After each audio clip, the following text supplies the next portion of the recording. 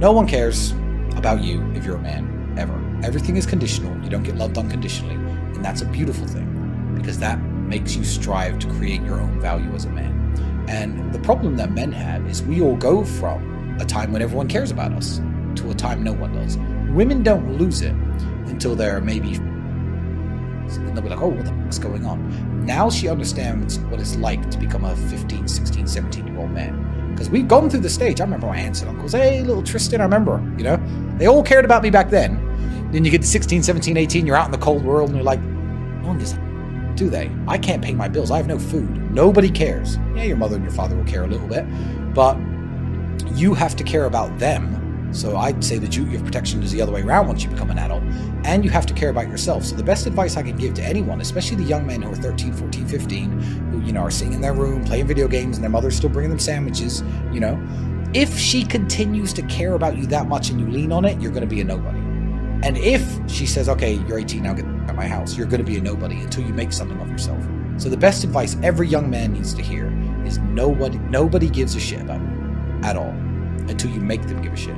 No matter where you were born and no matter what your circumstances are, if you wish to become a force for good in the world, you can become a force for good in the world. And everything that my brother preaches, from believing in God, hard work, discipline, stoicism, we certainly practice it as well. And this wouldn't have come, and we would not be the men that we are today if we had not made all of the mistakes we had made. We've run many businesses that have failed.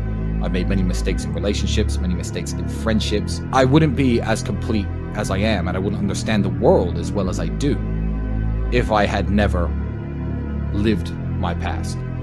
We've run many businesses that did well for a little bit, then failed. We've tried to launch projects using the last of our money. We tried to bring various drinks we like from Eastern Europe to sell in UK supermarkets, set up meetings, invested all of our last money in this project. Everyone told us no, failed. We had this idea once to set up a system where people could run, remember those competitions, or win a vacation, text this to this number. We tried to middleman that and allow other people to run text competitions on a premium rate phone line that we set up. And we set it up and tried to market it, lost all of our money. Once again, we were broke eating ramen noodles. So we've tried everything. I mean, we've done all sorts of failed and successful businesses over the years.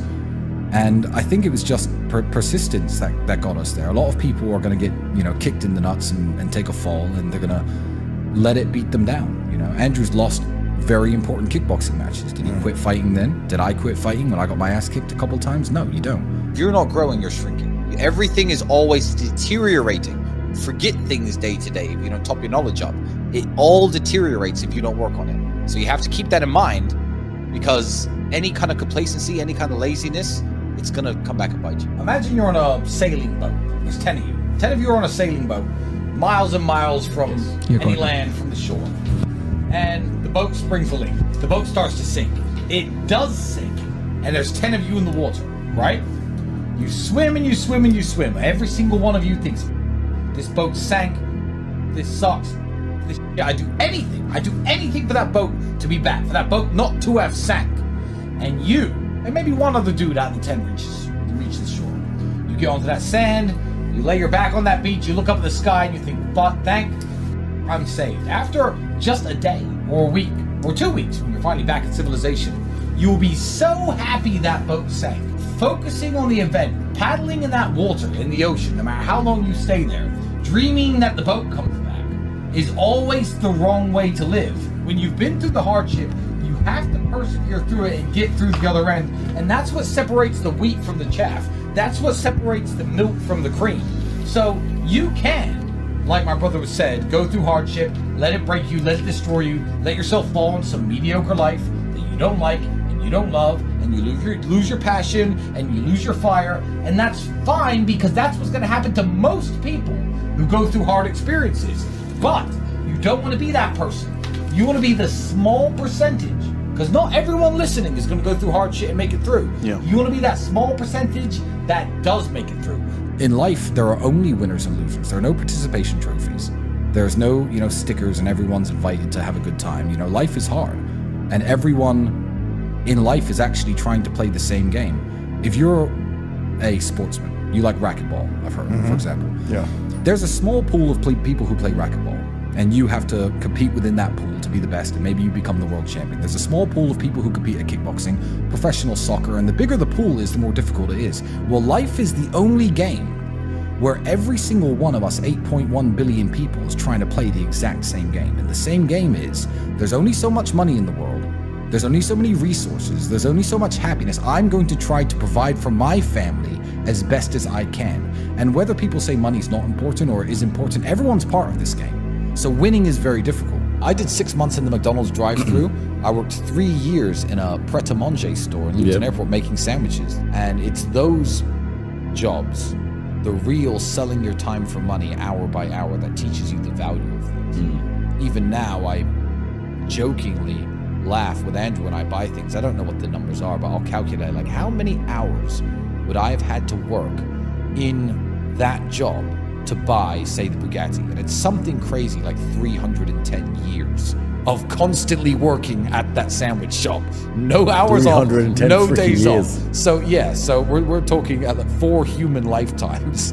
I've always given people a hard time who claim they don't have time to be in shape. If they're big and fat and they're like, oh, I don't have time to go to the gym. First of all, everyone has time enough to eat less, because it actually requires less time. So that's a cop-out as it is. But a line that my coach used to say when I was training at Storm Gym, when people say, oh, I don't have dumbbells at home, I don't have a punch bag at home. He always used to say, if you're determined enough, you could get in the best shape that you could possibly get in an empty room by yourself. And when I was in jail, that came back to me in my mind. I was just like, well, I can get in amazing shape in an empty room by myself. How determined are you? It's not fun down on that dirty floor doing those push-ups with roaches crawling by your face as you're going down and up. It's not fun, you know, doing sit-ups with a towel on your back on a concrete floor instead of a mat. It isn't fun sitting there doing squats, looking at the TV, you know, sweating and then having to take one of those horrible showers. But you have to do what you have to do. Almost every single stat you have in life, you never stagnate. You're always deteriorating. You never get fit enough and think, okay, that's it. And if you stop training, you stay the same. You can, obviously, increase the attributes that you are lacking. If you have the ability to train, because a lot of people don't. Some people are born without arms and legs, but you, with 2 arms and 2 legs, are sitting at home jerking off to Pornhub, flabby and fat. If you have the ability to train, you should be doing it. But also, you know, there are some things that some people are just better at, and you can counteract that problem by teaming up with people who compensate for your weaknesses. People who are strong in areas where you are weak, and you team up with people where you are strong in areas where they are weak. I don't think between the people in this house and our group of friends, we lack anything. Correct. Anything. Correct. Literally anything. We can sit as a group and have a conversation about anything with anyone in the world and give useful insight and change people's lives for the better, because although I am not perfect, our team compensates one for each other. Well, from a networking standpoint, the number one thing you have to remember, because I'm now at a stage in my life where a lot of people want to get to know me, so I see it from the other end. As a younger man, I would introduce myself to people and try to get to know them because they were important. Now I'm on the other side of the equation. The main thing to remember is that if you treat people like you're a fan, then they're going to treat you like you're one of the fans. That's it. If you treat people like a celebrity, they're going to treat you like a fan. So if you walk into the best restaurant and they already have a table reserved for you 24/7, or the best bar and they've got a spot at the bar reserved for you 24/7, you'll be surprised how many high net worth people who are worth knowing, and women, will pick up on that. You'll be surprised that when the waiters and the valet parkers and the hotel receptionists know your name and say, hello, Mr. Tate, and treat you with respect, you'd be surprised how many people pick up on that. So tip very heavily. 1, go to the nice places, treat every member of staff with respect, and before you know it, you'll be better known and more respected in your home city.